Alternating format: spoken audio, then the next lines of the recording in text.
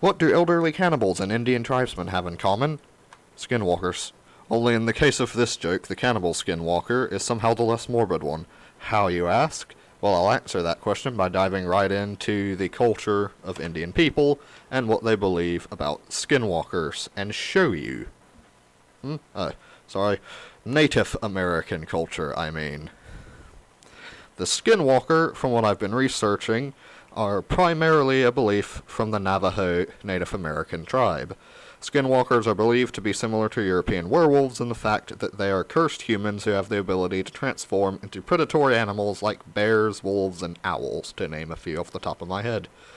Skinwalkers are usually really hairy while taking human form and usually wear animal skins as clothing. But how does a man or woman become a skinwalker?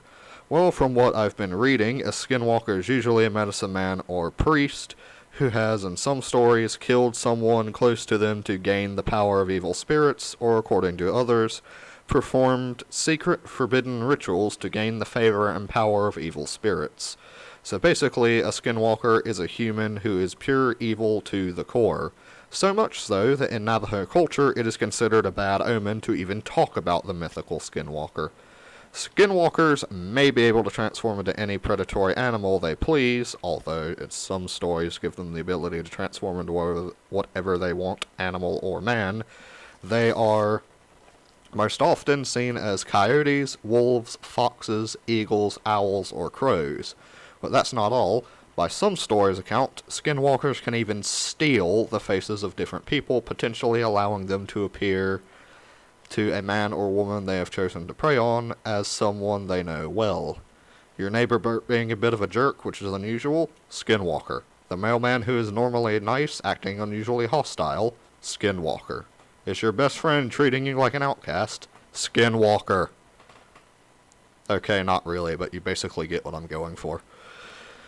Should you lock eyes with a skinwalker, they can absorb themselves into your body, effectively taking complete control over you and your actions. Skinwalkers will also grind up the corpses of their victims and make a powder which they cursed medicine man or priest in question enchants to create a poison dust used on their victims, which I found really weird.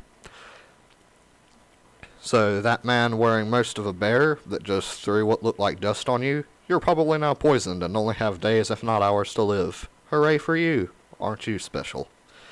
But despite all these amazing abilities of skinwalkers have one mortal weakness. A skinwalker will instantly die if you call it by its true name.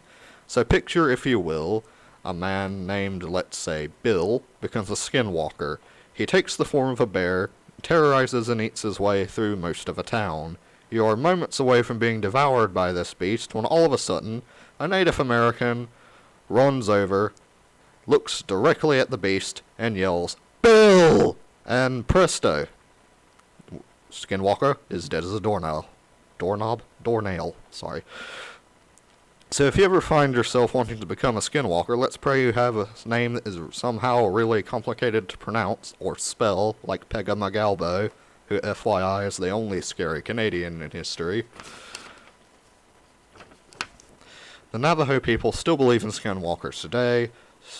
Strange animal sightings are believed to be skinwalkers. It is believed that disappearances are the work of skinwalkers in Navajo culture, as are murders and animal attacks.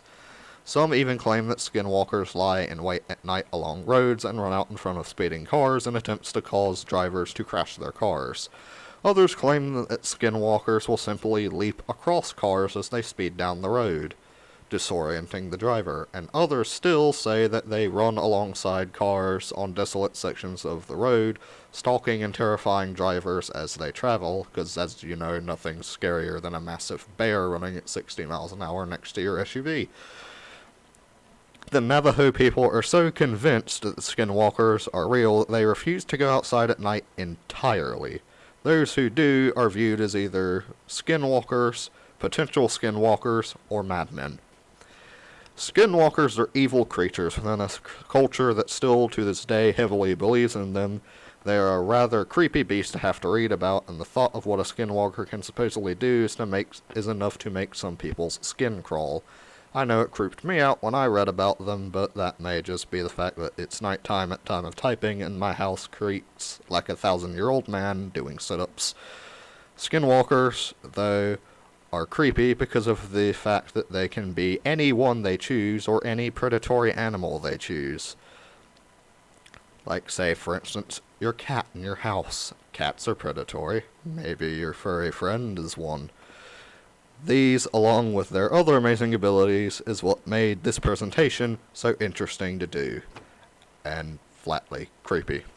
I'll be completely honest.